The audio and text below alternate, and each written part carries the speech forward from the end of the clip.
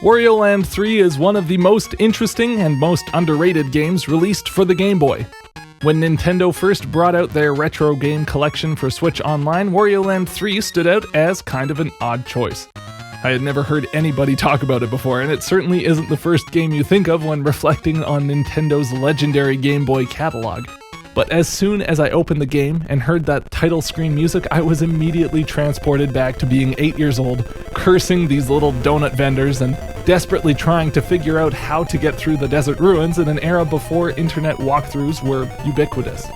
You might be similarly wondering why I'm doing yet another video on Wario Land 3 so soon after the last one, but if you take a minute to listen to the soundtrack, it will become immediately apparent how deserving of attention it is. The composer, Kozue Ishikawa, took the Game Boy sound chip and made it sing. The soundtrack follows the Super Mario World school of thought, taking one basic theme and rearranging it countless times to fit the variety of environments you visit throughout the game. I've seen some games where this approach ends up feeling repetitive or too transparent, but I'm stunned by Wario Land 3's constant inventiveness, how each theme feels so fresh and distinct without ever losing the identity of the main theme. And we're greeted with that main theme immediately after starting the game. The title screen music gives us an energetic, syncopated groove to get us excited for the journey ahead. This melody is the main motif of the game transposed up in minor thirds.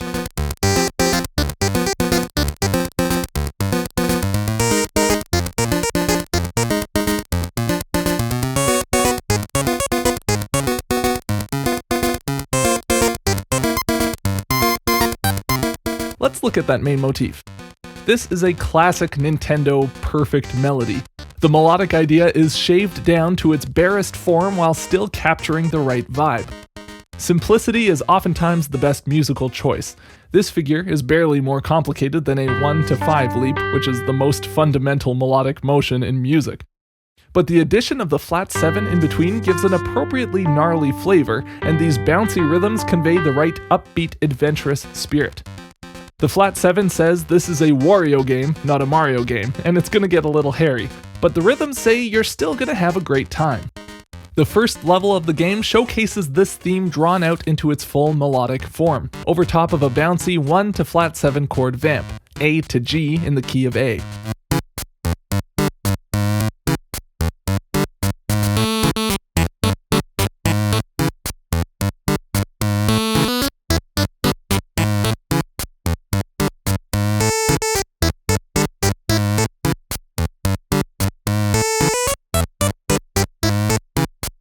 There's so much to love about this melody. I think one of the big things that makes this soundtrack sound so musical is the attention to articulation.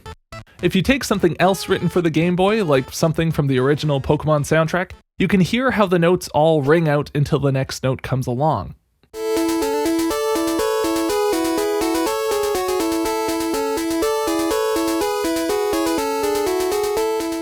No shade to the Pokemon soundtrack, obviously, but each of these notes is played the same way, and that makes it very clear that this music is playing on a Game Boy. But by contrast, listen to this Wario Land 3 theme and notice how almost every note is cut super short. And the notes that are held long are first of all carefully chosen to make the phrase sound more musical, and also given a healthy amount of vibrato to give the note a more dramatic change in timbral color.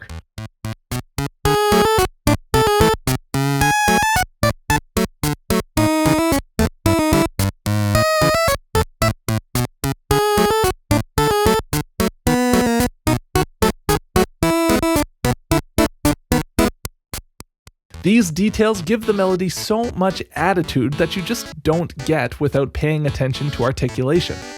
And you need a strong melody if you're going to base your whole soundtrack around it. The game uses the same melody for each of its level themes, but has a lot of fun messing with the rhythm and the style. In the Vast Plain theme, the same melody plays out in a bouncy 12/8 time signature.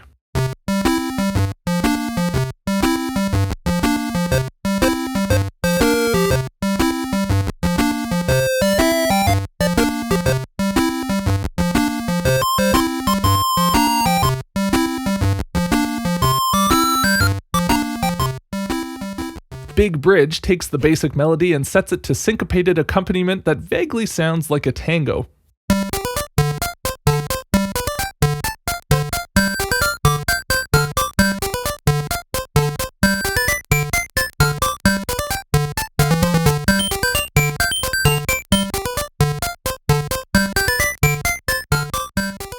And the Above the Clouds theme turns the same motif into a delicate waltz.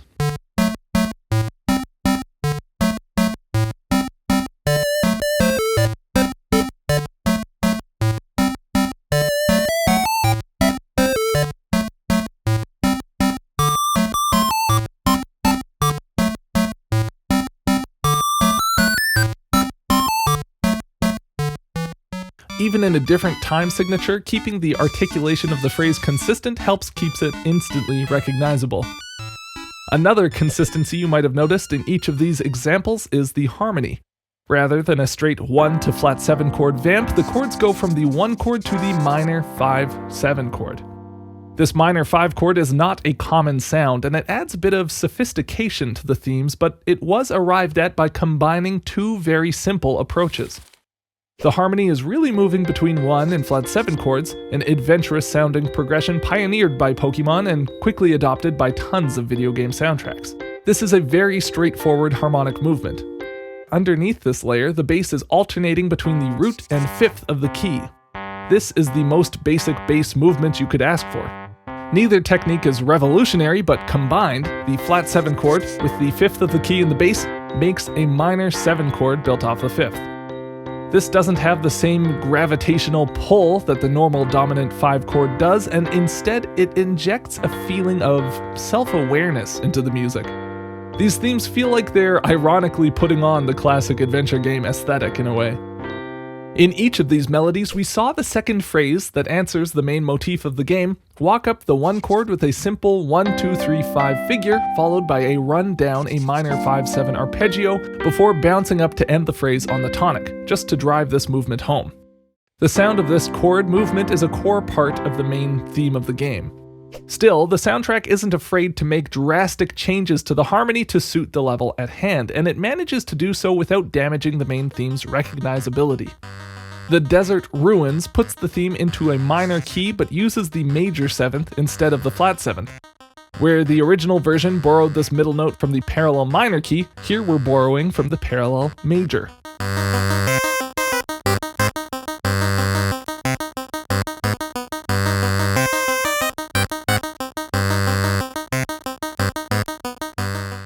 The answering phrase trades the walk down the minor 5-7 chord with an abrupt stop on the sharp 4th, a classic cartoonishly spooky note choice.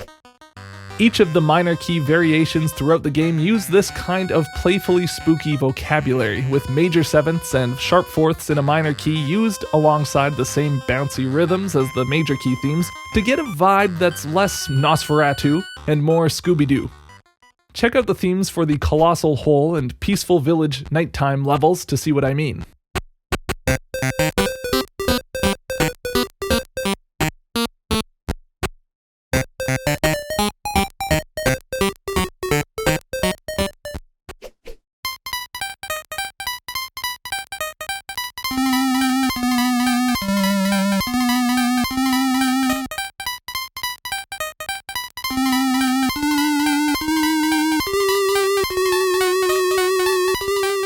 That second example stretches the recognizability of the main theme by so drastically altering the rhythm and removing the articulation, but this suits the more subdued atmosphere of the various nighttime level themes throughout the game. That's right, the game has a day and night cycle, which means that not only is the main theme rearranged a dozen different times to fit specific levels' atmospheres, these rearrangements are themselves rearranged to keep the character of the level but show off a quieter nighttime version of it. Out of the Woods goes from rollicking adventure music to a music box lullaby.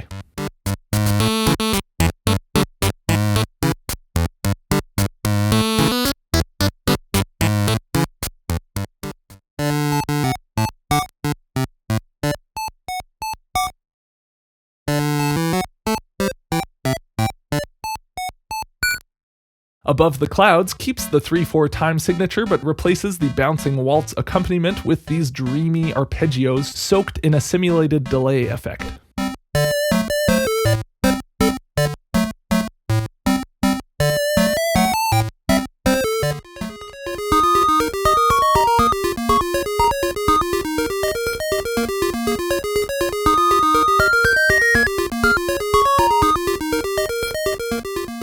Vast Plains' bouncy 12/8 time is replaced with a much slower straight 8 groove and hypnotic harmonized melody.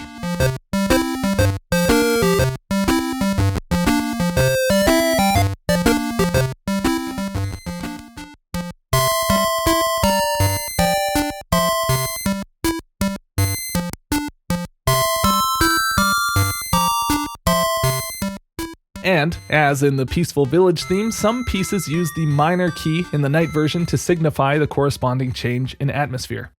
Pool of Rain's day theme takes a power chord accompaniment figure that evokes Goronian mountain men, and then layers on top short staccato melody fragments that use bright Lydian note choices in contrast.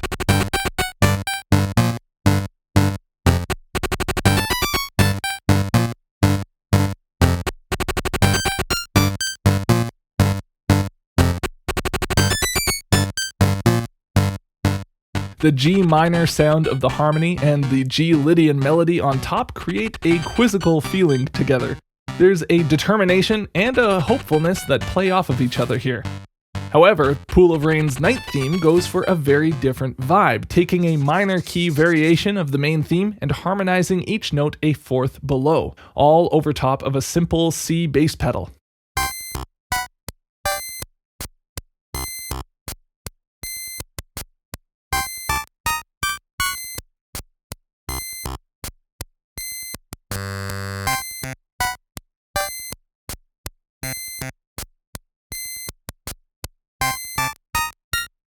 The minor key melody feels darker, of course, but harmonizing each note a perfect fourth below creates an uncomfortable, alien quality.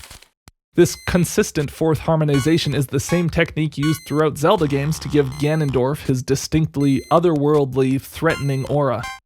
This version of the Pool of Rain feels much less determined and much more like we're sinking deeper and deeper into a situation that we can't pull ourselves out of. But there are also variations that go the other way, taking the main theme in a brighter direction by trading out the flat seventh's adventurous quality for the major seventh's earnestness. The tidal coast theme spins out this kind of major key variant of the theme into its own unique melody that has a childlike innocence and playfulness to it.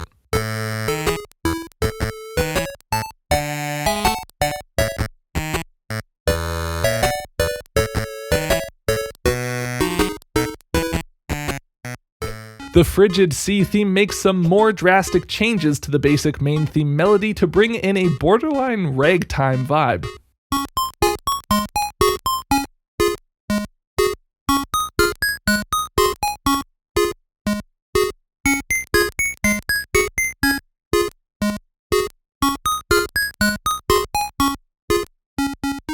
The articulations and rhythm are flattened out, but the shape of the 1-7-5 motif and the answering 1-2-3-5 up and arpeggio down are still recognizable.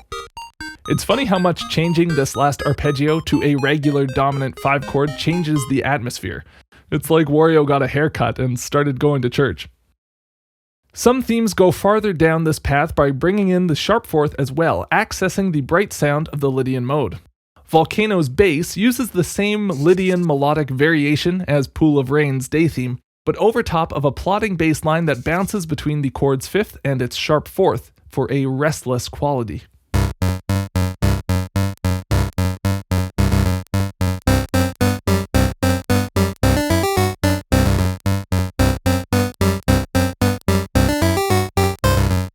And of course, there are some themes that just want to sound as gross as they can. The West and East Craters theme presents an unsettling bass vamp that races through a 1-5 sharp 4 flat 2 pattern. The Lydian sharp fourth and dissonant flat second combining with the relentless rhythm to create a sense of urgency. Over top, a minor key version of the melody is once again harmonized a perfect fourth below, giving the feeling of a deadly race to the finish.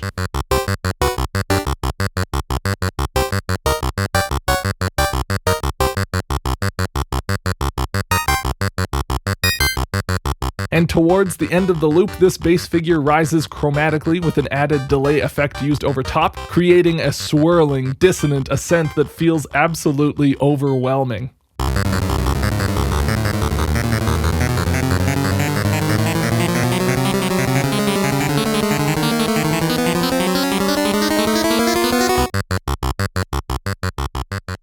we're quite a ways from our original bouncy title theme, and it just goes to show how strong the game's main theme is that it can be used successfully in so many different contexts. I always think of these types of motivic approaches to soundtrack writing as representing the player character in various situations in the game, showing all the different ways the character has to react and adapt to the various challenges he finds himself in, and managing to write a motif that's so flexible, so simple yet so memorable, something so effective in so many different musical situations, is what makes this soundtrack such a treat to listen to. If you enjoyed this video, please consider supporting the channel over on my Patreon. I went and transcribed the entire Wario Land 3 soundtrack, and those transcriptions are available to everyone in the transcription tier. Thank you all for watching, and I'll see you all in the next one.